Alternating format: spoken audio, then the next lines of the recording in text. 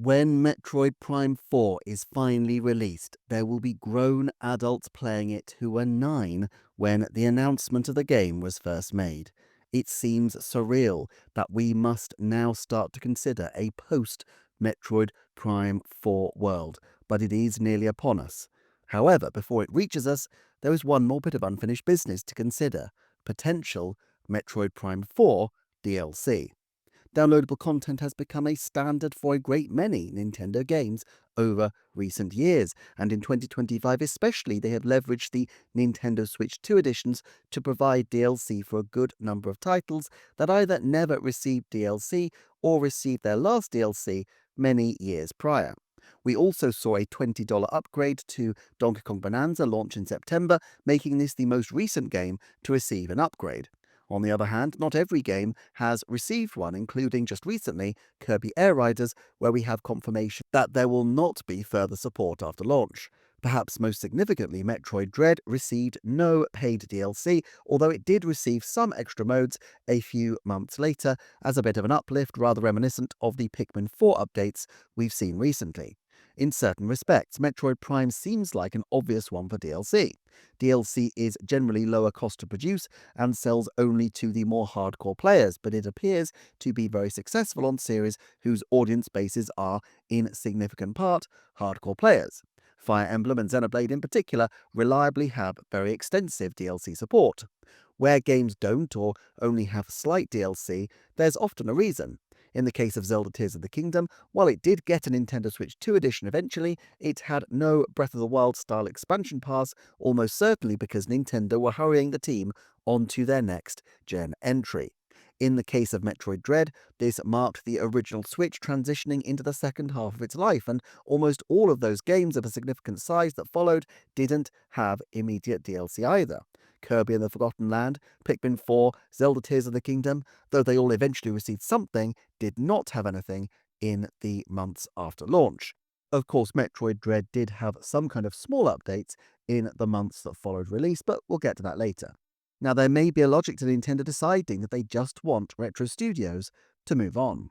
8.5 years is long enough to be putting time into something, and even if they do want to keep the team on Metroid, it could be that they want them to do something quite different.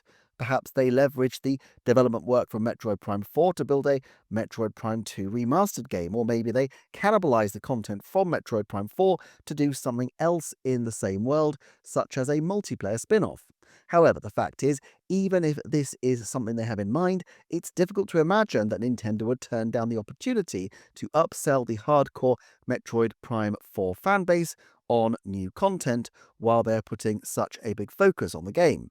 Such content would surely be a fraction of the development cost of the original title, and for potentially $30 and digital only, it could stand to make a substantial profit for Nintendo, even if only a tiny fraction of the install base go for it. Realistically, it feels plausible that a significant chunk of the core user base would go for the DLC.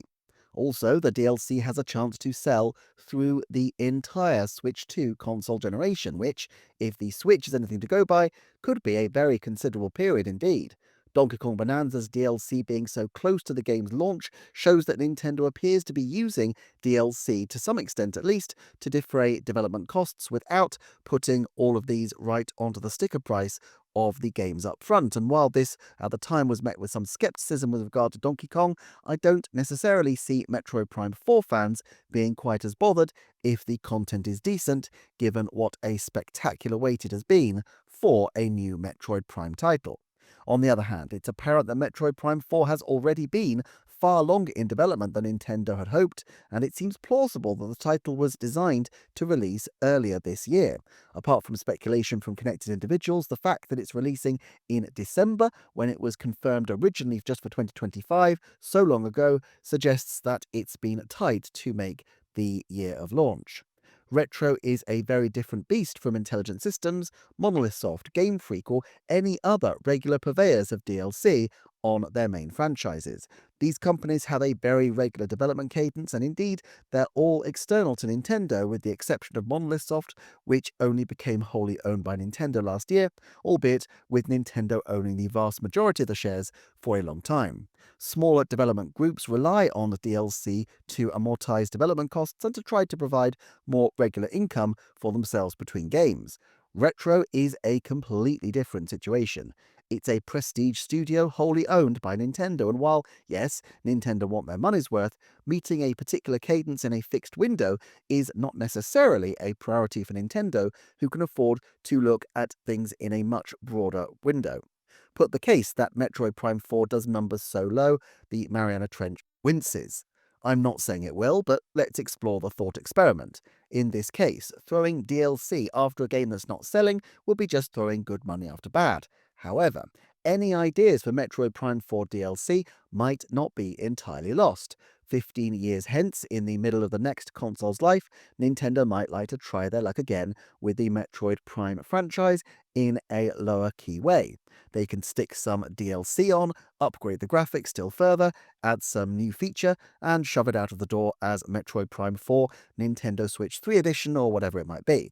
Nintendo can think in this long-term manner where other companies can't, and that means that while I think some kind of post-launch expansion is almost inevitable, the time frame for that expansion goes far further than the horizons I like to forecast in. An alternative option is to keep something back for the release of a potential Metroid film or video project. They clearly kept their powder dry with Kirby and the Forgotten Land and Pikmin 4 for a long time so that they could release these things close to the launch of the Switch. So if there is some aspiration to produce a Metroid production of some kind, then they may decide that having something in their back pocket could be quite helpful. Let's break it down by the different types of potential DLC then. If we look at any kind of DLC, Luigi's Balloon World or the Metroid Dread extras as an example, then I think that's fairly locked on. They can drop news of it in a direct as a bit of a late push, and frankly, they've probably held back something from development for this purpose, even if it's not to the same scale as Emerald Rush. I imagine a different difficulty mode wouldn't stress the core development team too much, and perhaps most of the cost would be in testing. Plus, we know that Retro do use satellite studios, such as their partners on Metroid Prime Remastered, Iron Galaxy, so it's not like DLC would necessarily block future developments. Unless Retro were ready to ramp straight up with something new, they will likely have a large number of developers that Nintendo will want to keep busy. I suspect that they have multiple projects, but making one a short-term project like Metroid Prime 4 DLC would make sense. In terms of paid content, well, that's a little trickier. We know that the Mercury Steam team who worked on the last two 2D Metroids haven't had a game released since Dread. Mercury Steam as a whole have, to be clear, but not that specific grouping that were working on Metroid. It remains likely, therefore, that a 2D Metroid will release in the next year or so. If so, DLC for Metroid 4 might risk cannibalizing attention for the next game, and therefore might be put on the shelf. Of course, one other reason for DLC is to experiment. From Luigi's Mansion 3's Scarescraper extra DLC to the roguelike Splatoon 3 content to whatever Emerald Rush is, Nintendo sometimes likes to run an experiment within an existing franchise. I mean, they did experiments effectively with Nintendo Switch 2 Welcome Tour and Dragon Driver as well, and DLC is essentially a game of those kind of sizes. If Tanabe wanted to try some kind of multiplayer functionality, it must be far cheaper to expand Metroid Prime 4, a game that might sell more copies off the back of the free advertising, than launching a new title from scratch. If they have something Emerald Rush size up their sleeve for February, then it would still leave space for a June reveal and an October release for a new 2D Metroid if they wish to do this. I like to put these forecasts to percentages, so let's examine where we're at. As I always say, the percentages reflect my confidence rather than some intrinsic mathematical qualities of the games, but I do use these as an accountability measure to allow me, and indeed anyone interested in the audience, to review my accuracy over time, the topic of which I'll be addressing in another video that's either already out now by the time you see this, or releasing any day now. With all that said, I think there's a 90% chance that by the end of 2030, we will see some kind of downloadable expansion for Metroid Prime 4, including something tiny and free. Frankly, we'll probably see it by the end of February if Nintendo do, as usual, have a Nintendo Direct in that time slot. I think furthermore that there's a 70% chance that we see this by the end of 2026, though I have outlined some specific circumstances where this might not be something that they want to do straight away. Full paid DLC feels 50% likely by the end of 2026, though.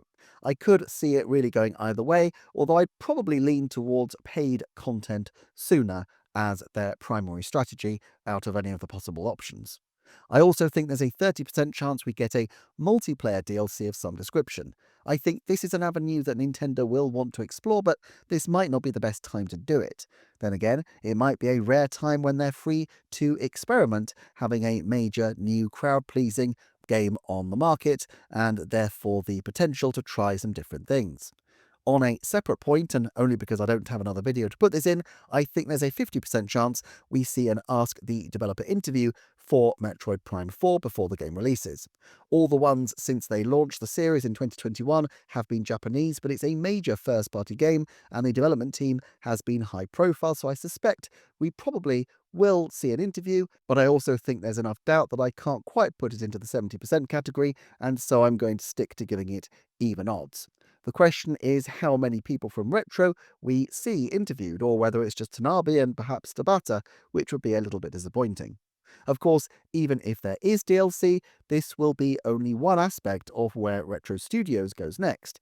Check out these videos on screen for more speculation linked to the Austin Aces. I'd really appreciate it if you considered supporting the channel on Patreon if you enjoy the content, but in any event, thank you so much for watching, and I shall see you next time for another Nintendo Forecast.